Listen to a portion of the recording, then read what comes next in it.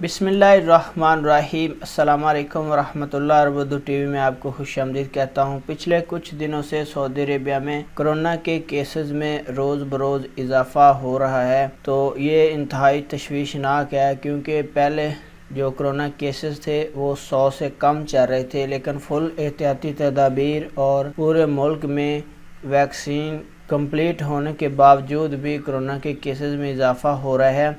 सबक वेबसाइट के मुताबिक पिछले 24 घंटों में 565 नए मरीज़ कोरोना केसेस के सामने आए हैं, जिनमें से 114 वो सेहतयाब हुए हैं। 51 मरीज़ों की हालत जो इंतहाई तशवीशनाक है। तो सऊदी अरेबिया में टोटल 7,55,980 केस रजिस्टर हुए हैं।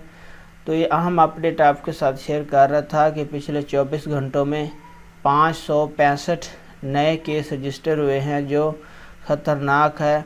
पिछले कुछ दिनों से रोज़ बरोज़ कोरोना केसेस में इजाफ़ा देखने में आ रहा है। इससे हो सकता है कुछ पाबंदियों में भी इजाफ़ा हो, तो अपना बहुत सारा ख्याल रखिएगा।